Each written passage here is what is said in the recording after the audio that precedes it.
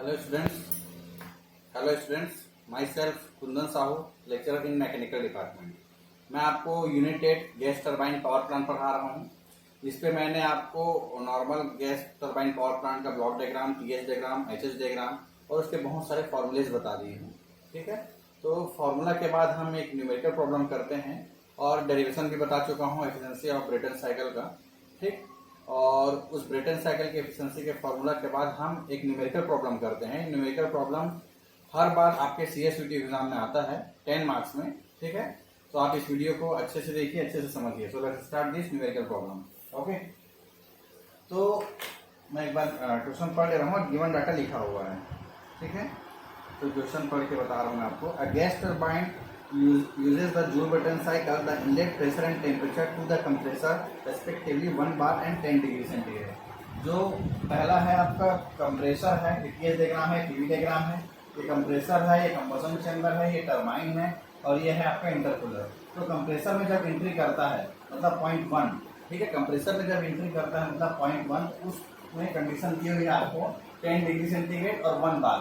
10 degree centigrade को मैं kelvin में चेंज कर दिया, तो दैट इज 283 केल्विन। और P1 is equal to P4 because you can see from this PV diagram P1 is equal to P4। P1 और P4 बराबर है फ्रॉम पीवी डायग्राम से। ठीक है, तो एक हमारा कंडीशन हो गया। उसके बाद है after the constant pressure heating the pressure and temperature are 7 bar and 700 degree centigrade. Constant pressure heat addition process के बाद जो आपका प्रेशर है वो 7 बार और टेम्परेचर जो है 700 डिग्री सेंटीग्रेड चला जाता है। मीन्स ये P2 और P3 जो है, जो प्रेशर दिया हुआ है 7 बार और टेम्परेचर आफ्टर हीट एडिशन दिया है 700 डिग्री सेंटीग्रेड। जो मैक्सिमम टेम्परेचर है, maximum temperature means P3 temperature, यही तो है आपका मैक्सिमम टेम्परेचर आपको जो दिख रहा है। तो 700 प्लस 273 कितना हो जाएगा, 973 केल्विन दिया हुआ है। ठीक है, मास फ्लो रेट दे दिया है आपके क्वेश्चन में 0.4 kg पर सेकेंड। आपका specific heat at constant pressure भी दे दिया है 1.005 किलोजूल पर केजी केल्विन, ये एयर के लिए होता है। ठीक है, और एडियाबैटिक इंडेक्स भी दे दिया है गामा इज इक्वल टू 1.4। ठीक है, तो अब हम ये क्वेश्चन सॉल्व करते हैं इसका। तो हमको क्या करना है, आपको एक टीएच डायग्राम देखना है। ये पीवी डायग्राम से P1 is equal to P4, P2 is equal to P3। Means आपके पास दो प्रेशर है, मतलब आप चारों प्रेशर निकाल सकते हैं फ्रॉम दिस पीवी डायग्राम। ठीक है, अब आपको टीएच डायग्राम की मदद से, फॉर्मूला की मदद से आपको 1 2 3 4 चारों पॉइंट पे आपको टेम्परेचर निकालना है। उसके बाद हम फॉर्मूला में पुट कर देंगे और आपकी एफिशिएंसी फाइंड क्या क्या करना है, आपको एफिशिएंसी फाइंड करना है, हीट एडिशन फाइंड करना है, डब्ल्यू नेट फाइंड करना है। तो ये सब निकल जाएगा। तो हम देख लेते हैं। हम एडियाबैटिक जो पहला 1 to 2 है, आइसेंट्रोपिक है, आइसेंट्रोपिक कंप्रेशन है। ठीक है, आइसेंट्रोपिक कंप्रेशन का फॉर्मूला है T2/T1 is equal to P2/P1 gamma minus 1 by gamma. T2 is equal to T1 को इधर ले गए। ठीक है, और P1 कितना है 283 केल्विन और P2/P1 7 by 1 bar, to power 1.4 minus 1। Gamma की वैल्यू को आप 1.4 रखे हो, minus 1 divided by 1.4। So this is the value of T2 temperature at point 2 493.45 Kelvin. So this is T2.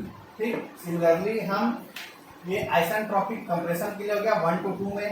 Similarly हमारे पास एक और फॉर्मूला है आइसेंट्रोपिक एक्सपांशन के लिए, जो टरबाइन में हो रहा है। टरबाइन कहाँ पे है आपका, 3 से 4 के बीच है टरबाइन आपका। ठीक है, तो isentropic expansion T3/T4 is equal to, है ना, T3/T4 to the power gamma minus 1 by gamma. ठीक है, अब आपको फाइंड क्या करना है, दिस T4 वैल्यू। आपको T3 पता है, T4 फाइंड करना है। ठीक है, तो हम इसको पहले नॉर्मल फॉर्म में लिख देते हैं। T4 is equal to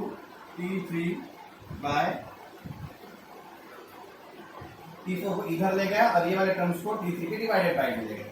P3/P4 gamma minus 1 by gamma. ठीक है, T3 कितना दिया हुआ है, what is the value of T3 from given data 973 kelvin. And what is the value of P3/P4, what is the value of P3 is 7 bar divided by what is the value of P4 is 1 bar. Gamma minus 1 मतलब 1.4 minus 1, तो ये हो गया 0.4 divided by 1.4। तो यहाँ से मैं अब P4 की वैल्यू निकाल लेता हूँ। ठीक है, तो कितना आएगा देख लेते हैं। 7 टू द पावर, आप इसको कैसे से सॉल्व कीजिएगा, 0.4 अपॉन 1.4। पहले मैं नीचे के वैल्यू को सॉल्व कर रहा हूँ। 7 टू द पावर 0.4 अपॉन 1.4, इसकी वैल्यू आई है 1.74। ठीक है, इसकी वैल्यू आई है 1.74। अब इसको 973 डिवाइडेड बाय जो हमारा 1.74, 973 डिवाइडेड बाय आंसर। ठीक है, तो ये होता है 558.028, 558.028 केल्विन। ये वैल्यू किसकी है आपकी? T3 की वैल्यू है। तो आपके पास T3 भी आ गया, आपके पास T2 भी आ गया, T1 भी पता है, T4 भी पता है। अब आपको क्या क्या निकालना है? सब वैल्यू निकाल रहे हैं। तो हम पहला वैल्यू है आपका कंप्रेसर वर्क। कंप्रेसर वर्क क्या है? हम जानते हैं कंप्रेसर वर्क में m dot Cp T2 minus T1। तो m dot Cp T2 minus T1। तो m डॉट कितना है आपका? 0.4 दिया हुआ है। This value is shown 0.4, 1.005, this value is also known, ठीक, 1.005. and what is the value of T2? T2 is 493.45, 493.45 minus T1 283 kelvin. अब इसको हम सॉल्व कर लेते हैं। ठीक है, 0.4 इंटू 1.005 इंटू आंसर 493.45 माइनस 283। ठीक है, तो वैल्यू आएगी आपकी कंप्रेसर वर्क की 84.6। और किस पे है? m डॉट है आपका किलो जूल पर सेकेंड में, Cp है किलो जूल पर केजी केल्विन। तो ये किस में आ रहा है? ये है, मैं इसको सॉल्व भी कर दे रहा हूँ। m डॉट है किलो, सॉरी m डॉट है आपका केजी पर सेकेंड में, और Cp है किलो जूल पर केजी केल्विन। और ये T2 क्या है? T2 ऑलरेडी आपका केल्विन में है, तो केल्विन से केल्विन कटा, केजी से केजी कटा, तो बचा क्या? किलो जूल पर सेकेंड। और किलो जूल पर सेकेंड को हम क्या कर सकते हैं? किलो जूल पर सेकेंड को हम कहते हैं किलोवाट। ठीक, ये वैल्यू हो गई आपकी किलोवाट में। ठीक, अब हम ऊपर के टर्म्स को मिटा दे रहा हूँ, आप एक बार देख लीजिए कैसे हम इसको यूज किए हैं। ठीक है, क्योंकि हमारे पास स्पेस की कमी हो जाती है, इसलिए हम इस वाले पोर्शन को मिटा दे रहा हूँ। आप जान लोगे हम कैसे यूज किए हैं इसको। ठीक है, ये P2 वैल्यू को बस मैं नहीं मिटा रहा हूँ, मेरे को देखने के लिए काम आएगा। ठीक, कंप्रेसर वर्क। और दूसरा है हीट एडिशन। हीट एडिशन का formula m dot Cp T3 minus T2। m dot कितना है? 0.4, Cp है 1.005, और T3 कितना है आपका? T3 है 973 माइनस T2 कितना है? ये सॉरी 493 माइनस 493.45। ठीक है, हीट एडिशन की वैल्यू आ जाएगी आपके पास, हीट एडिशन की वैल्यू आ जाएगी। और 0.4 इस वाले टर्म्स को सॉल्व करेंगे। ठीक है, ये वाला आपका दूसरे साइड में ना, ये वाला आपका इस साइड में है। ठीक है, यूज की लेवल से इसका मर्ज मत कर देना, हमारे पास स्पेस की कमी, इसलिए हम थोड़ा ऐसा लिख रहे हैं 005 इंटू 973 माइनस 493.45। ठीक है, तो वैल्यू आई है 192. देख लेते हैं, 0.4 है, 1.0973 माइनस 492.4 है, 192.77। तो वैल्यू आई है आपकी 192.77। ठीक है, सिमिलरली तीसरा है आप turbine work m dot Cp T3 minus T4। ठीक है, तो ये क्या हो जाएगा? m डॉट है 0.4 इंटू 1.005। ठीक है, what is the value of T3? T3 is 973 minus what is the value of T4? This value is, I think this value is, sorry, this value is T4 है, आपका T4 value है, this value is T4। ठीक है, ये हमारे पास formula T4 ही आएगा, T3 गलती से लिख दिया। ठीक, तो 973 है ना। 973 आ गया आपका T3 और T4 की वैल्यू है 558.028।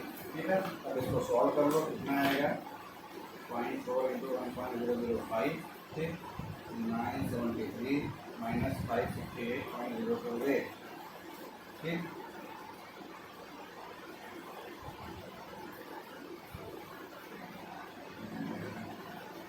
0.4 into 1.005, 973 minus 558.028. This value is 166.81. This value is 166.81 kilowatt ना, तो ये भी किलोवाट ही रहेगा। ठीक, अब आपका बच गया चौथा हीट रिजेक्शन। हीट रिजेक्शन भी निकाल लो। हीट रिजेक्शन नहीं पूछा है लेकिन हीट रिजेक्शन भी निकाल लेते हैं, है ना। M dot Cp T4 minus T1। ठीक है, एम डॉट कितना 0.4, Cp 1.005। What is the value of T4?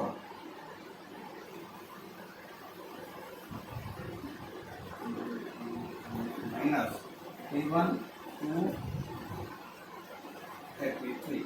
अब हीट रिजेक्शन की वैल्यू हम निकाल लेते हैं। कितना आएगा 0.4 इंटू 1.005 into 558.028 minus 283। पूरा आपको कैलकुलेटर से सॉल्व करना है। हीट रिजेक्शन आया 110.56 किलोवाट।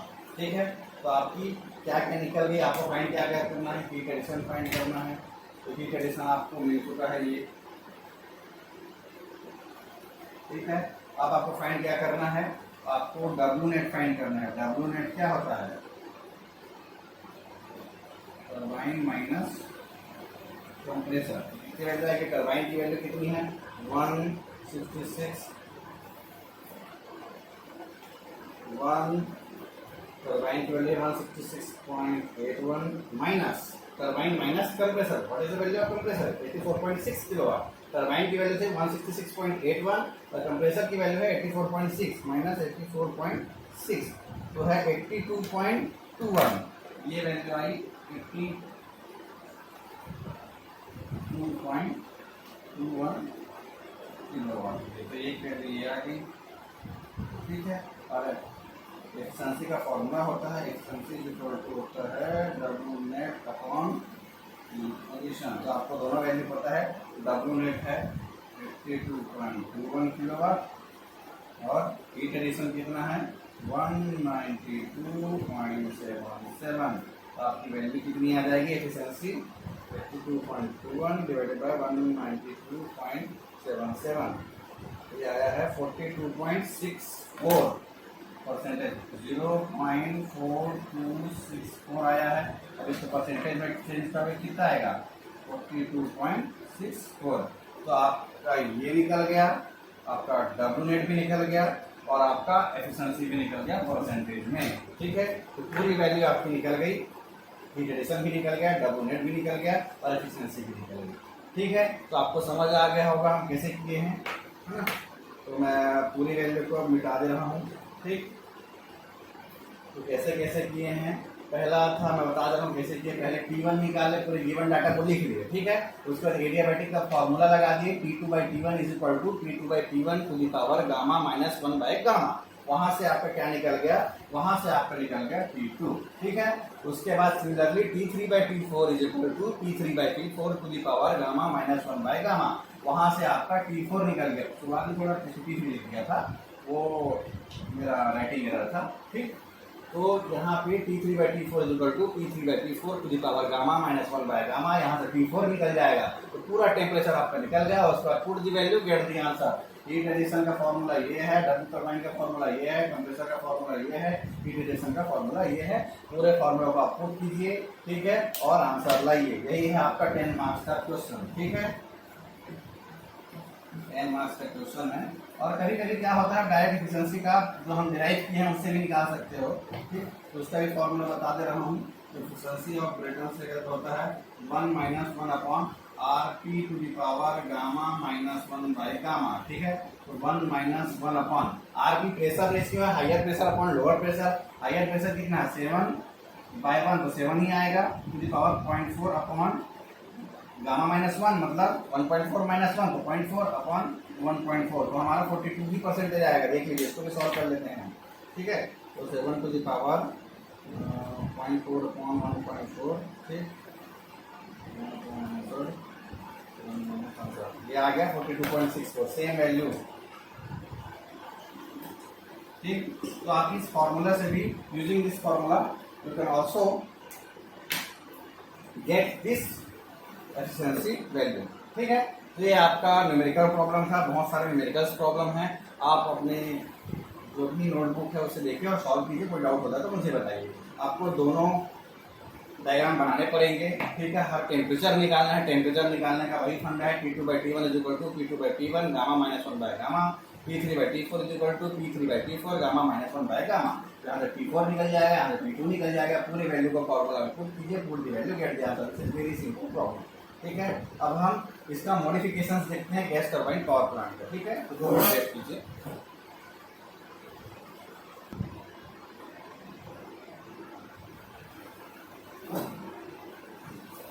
अब हम देखते हैं regeneration gas turbine power plant, ठीक है। अभी हम normal gas turbine power plant देखे, उसके न्यूमेरिकल्स देखे, उसके बहुत सारे फॉर्मूला देखे। अब रीजनरेशन देखते हैं। रीजनरेशन में क्या होता है, रीजनरेटर इक्विपमेंट्स आ जाता है, फिर से उसको जनरेट करता है। तो जाता कैसे है देखते हैं। पहला है 1 to 2 आपका कंप्रेसर जाएगा, 1 to 2 आपका कंप्रेसर, पहले मैं ब्लॉक डायग्राम समझा दे रहा हूँ। 1 to 2 आपका कंप्रेसर जाएगा, ठीक है। कंप्रेस हुआ, प्रेशर बढ़ा, टेम्परेचर बढ़ा, ठीक है। उसके बाद वो ये वाला जो सेक्शन है, ये दिख रहा है वो, ये वाला बड़ा सा डब्बा, वो है आपका रीजनरेटर, ठीक है। उस रीजनरेटर मतलब एक हीट एक्सचेंजर की तरह काम करता है वो, ठीक है। तो रीजनरेटर में जाएगा, रीजनरेटर में चला गया, ठीक है। तो 2 और यहाँ 2 सेकंड पॉइंट पे चला गया, और जैसे ही गया तो एक रीजनरेटर जो है 2 और A, ठीक है। एक रीजनरेटर जो इंस्टॉल हुआ है हमारा सेकंड और A पॉइंट के बीच में इंस्टॉल हुआ है। फिर A पॉइंट जो है एग्जिट्स ऑफ द रीजनरेटर हुआ, ठीक है। फिर एग्जिट जैसे ही हुआ रीजनरेटर से, वो कंबसन चैम्बर में चला गया, जहां पे आपका हीट एडिशन होगा, फ्यूल सप्लाई होगा, ठीक है। वहां पे आपका कांस्टेंट प्रेशर हीट एडिशन होगा, कंबसन चैम्बर में जाएगा तो तीसरा पॉइंट मिल जाएगा, ठीक है। तीसरा पॉइंट के बाद आपका टरबाइन में जाएगा, टरबाइन में जाएगा तो तीसरा से चौथा जो है टरबाइन वाला सेक्शन है, ठीक। टरबाइन से आपको इलेक्ट्रिसिटी प्रोड्यूस हो जाएगा। फिर चौथा से फिर जो बी पोर्शन है, चौथा से बी पोर्शन है, वो आपका फिर से रीजनरेटर में जाएगा, तो entry of the regenerator, exit of the regenerator, ठीक है, ठीक। और उसके बाद यहाँ पे कूलिंग फिल्स है, कूलिंग फिल्स और हीटिंग फिल्स भी है, मतलब हॉट फिल्स और कोल्ड फिल्स दोनों हैं। तो ये क्या करता है, यहाँ पे जो हॉट फिल्स रहता है वो इसकी टेम्परेचर को बढ़ा देता है, ठीक है। और यहाँ पे जो कोल्ड फिल्स रहते हैं उसकी टेम्परेचर को कम कर देता है। और फाइनली वो इंटरकूलर में आ जाता है। ये है आपका इंटरकूलर, ठीक। इंटरकूलर, यहाँ पे आपका हीट रिजेक्शन हो जाएगा, ठीक। अब इसको मैं टीएस डायग्राम के साथ साथ समझाता हूँ मैं, ठीक। तो होता कैसे है, पहला से दूसरा गया आपका कंप्रेसर में, तो पहला से दूसरा गया कंप्रेसर में, कंप्रेसर वर्क हो गया, ठीक है। दूसरा से ए पोर्शन जो है, दूसरा से ए पोर्शन है वो रीजनरेटर है। तो सेकेंड से जो ए पोर्शन है this one is regenerator portion, ठीक है। रीजनरेटर ऑलरेडी आपको कंप्रेशन चैम्बर में जाने से पहले ही थोड़ा टेम्परेचर को बढ़ा दिया, क्योंकि आपके हीट एक्सचेंजर है, कूलिंग और हीटिंग कॉइल है। तो हीटिंग कॉइल क्या किया, वहां पे टेम्परेचर को बढ़ा दिया, ठीक है। तो थोड़ा हाई टेम्परेचर हो गया। उसके बाद कंबसन चैम्बर में एंटर किया और एग्जिट किया। तो A से 3 के बीच है, A से 3 के बीच में आपका कंबसन चैम्बर है, यहीं पे आपका फ्यूल सप्लाई होगा, हीट एडिशन होगा, ठीक है। 3 से 4 आपका टरबाइन है, तो 3 से 4 आपका टरबाइन है, ये आपको इजीली शो हो रहा होगा, आसानी से शो हो रहा होगा। 3 से 4 आपका है टरबाइन, तो 3 से 4 टरबाइन है, टरबाइन वर्क हो गया, ठीक है। 4 to B फिर से आपका हीट एक्सचेंजर में गया। तो यहाँ पे कूलिंग फिल्स रहते हैं, तो वो क्या करता है, हीट को रिजेक्ट कर देता है। तो 4 to B आपका फिर से रीजनरेटर हो गया। तो जब आपको ये हीट करना रहता है तो हम हीटिंग कॉइल को वहां पे इंस्टॉल किए रहते हैं उस सेक्शन में, और जब आपको कूलिंग करना रहता है, हीट रिजेक्शन करना रहता है, तो कूलिंग फिल्स को इंस्टॉल किए रहोगे। तो 4 to B आपका यहाँ पे कुछ अमाउंट में हीट रिजेक्शन, थोड़ा सा टेम्परेचर कम हो जाता है, आपको दिख रहा होगा 4 to B में, और B to 1 में, और B to 1 में आपका हीट इंटरकूलर है, जहां से हीट रिजेक्शन होगा, ठीक है। तो यहाँ पे एक इफेक्टिवनेस का फॉर्मूला है, रीजनरेटर का इफेक्टिवनेस का फॉर्मूला है actual rice upon maximum rice. Actual rice कितना हो रहा है, TA माइनस T2, ठीक है। TA minus T2, TA minus T2, और मैक्सिमम राइस कितना हो रहा है, T4 minus T2, T4 minus T2, और यहाँ पे आपका जो T4 टेम्परेचर है इज ग्रेटर देन T2 होता है, ठीक है। तो रीजनरेटर का इफेक्टिवनेस का formula actual rise upon maximum rise TA minus T2 T4 minus T2। तो यहाँ पे TA minus T2 T4 minus T2, इस फॉर्मूले से आपका इफेक्टिवनेस अगर आपको पता है, 3 वैल्यू पता है, तो यहाँ पे 2 पता है, 4 पता है, 2 पता है, तो आपको TA निकल जाएगा, ठीक है। और इफेक्टिवनेस ऑफ रीजनरेटर का एक डायरेक्ट फॉर्मूला होता है efficiency is equal to 1 minus T minimum upon T maximum, pressure ratio RP है to the power gamma minus 1 by gamma. Regenerator की efficiency 1 minus T minimum upon T maximum, RP to the power gamma minus 1 by gamma. तो direct आपको अगर regenerator का problem है, efficiency find करने बोला है, तो पूरी वैल्यू को आप यहाँ पे रख दीजिए, एफिशिएंसी निकल जाएगी, ठीक है। अब ये चेंज हुआ तो इसकी पूरा फॉर्मूला भी चेंज हो जाएंगे। कंप्रेसर 1 to 2 सेम है, कोई इफेक्ट नहीं है रीजनरेटर का, तो m dot Cp T2 minus T1, ठीक है। हीट एडिशन पहले कहाँ से कहाँ हो रहा था, 3 से 2 हो रहा था, ठीक है। तो एक बार ध्यान से देखना, कंप्रेसर है 1 से 2 है, 1 से 2 है, m dot Cp T2 minus T1, तो वहाँ पे नो चेंज हुआ, ठीक है, नो चेंज, NC लिख दिया मैंने, ठीक है। कंप्रेसर वर्क में कोई चेंजेस नहीं हो रहा है। हीट एडिशन है, हीट एडिशन पहले 2 से 3 के बीच होता था, अब कहाँ पे हो रहा है, 3 से 1 के बीच हो रहा है, क्योंकि यहाँ पे 2 से 1 के बीच आपका रीजनरेटर फिट हो गया है, ठीक है। यहाँ पे हीट एडिशन 3 से 1 के बीच होगा, तो m डॉट Cp, ठीक है, m dot Cp T3 minus ये higher temperature minus lower temperature, m dot Cp T3 minus TA।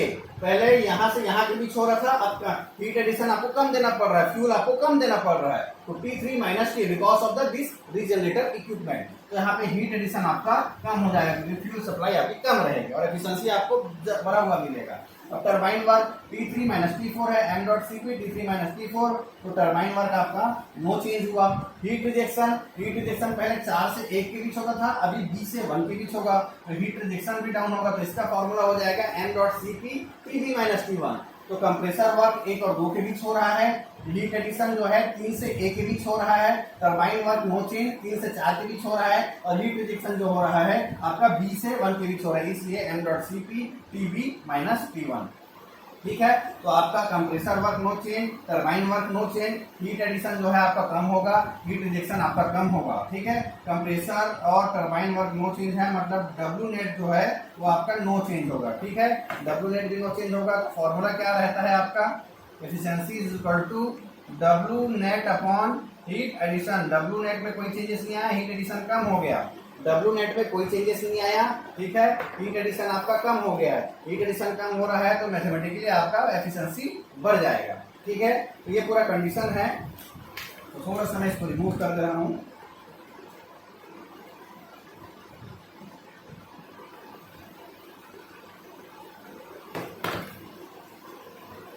ठीक, तो टरबाइन वर्क, कंप्रेसर वर्क और W नेट जो है ना वो आपका सेम रहेगा, हीट एडिशन आपका कम होगा, हीट रिजेक्शन आपका कम होगा, एफिशिएंसी आपकी बढ़ेगी with the you can easily understand with the help of this mathematical formula W net upon heat addition. अब mean temperature of heat addition, मतलब average temperature of heat addition पहले 3 से 2 के बीच था, आपका maximum temperature minus minimum plus minimum temperature divided by 2 था, लेकिन यहाँ पे क्या हो गया है, मैक्सिमम टेम्परेचर जैसे 3 को मान लिए 500, सपोज 3 को मान लिए 600, ठीक है, इसको मान लिए 300, इसको मान लिए 200, ठीक है।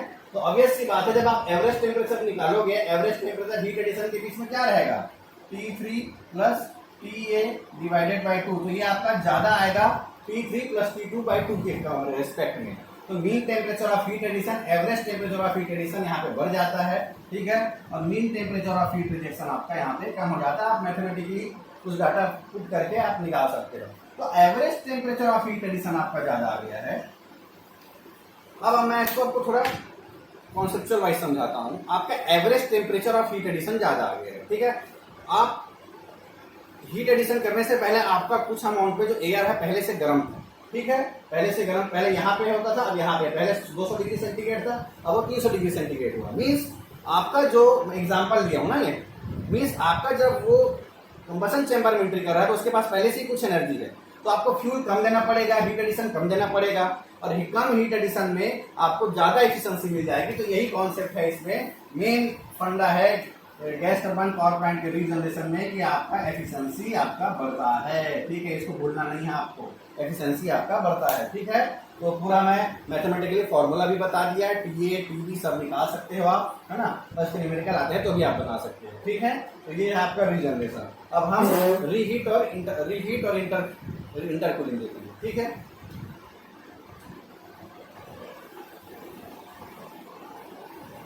तो ये अब आपका क्या क्या हो गया है, अब देख लीजिए, आपका सिंपल ब्रेटन साइकिल हो गया, उसका डेरिवेशन हो गया, उसकी न्यूमेरिकल प्रॉब्लम हो गया, पूरा फॉर्मूला बता दिया, ठीक है। रीजनरेशन का पूरा फॉर्मूला बता दिया, रीजनरेशन का कॉन्सेप्ट बता दिया, क्या चीज कम होता है क्या चीज ज्यादा होता है। अब हमारे पास दो टॉपिक और बचे हैं, इंटरकूलिंग और रीहीटिंग के, ठीक है। इंटरकूलिंग का मैं ब्लॉक डायग्राम बताऊंगा, टीएल डायग्राम बताऊंगा, रीहीटिंग का ब्लॉक डायग्राम बताऊंगा, इंटरकूलिंग बताऊंगा, क्या चीज कम होता है क्या चीज ज्यादा होता है वो भी बताऊंगा, ठीक है। तो आपको एफिशिएंसी बढ़ती है कम होती है, पूरा चीज कॉन्सेप्ट समझ आ जाएगा, डब्ल्यू नेट बढ़ती है कम होती है, पूरा कॉन्सेप्ट समझ आ जाएगा आपको, ठीक है। तो आप इजीली आइडेंटिफाई कर सकते हो कि ये कौन से प्रोसेस से आपका एफिशिएंसी बढ़ता है। तो एक प्रॉब्लम और आता है आपके में क्वेश्चन कि ब्रेटन साइकिल में एफिशिएंसी को कैसे बढ़ाया जा सकता है। तो ये सबका TH diagram, TV diagram, block diagram मैं आपको बताऊंगा। तो अभी मैं नेक्स्ट क्लास में बताता हूँ कि कैसे हम अब इंटरकूलिंग, अब एक क्लास और बच गया है इंटरकूलिंग रीहीटिंग का, उसके बाद फिर मैं दूसरे चैप्टर में जाऊंगा। तो इंटरकूलिंग रीहीटिंग और एफिशिएंसी कैसे बढ़ती है हम उसको देखेंगे। हार्डली 40 मिनट्स का लेक्चर रहेगा, ठीक है। आज के लिए बस इतना ही, थैंक यू।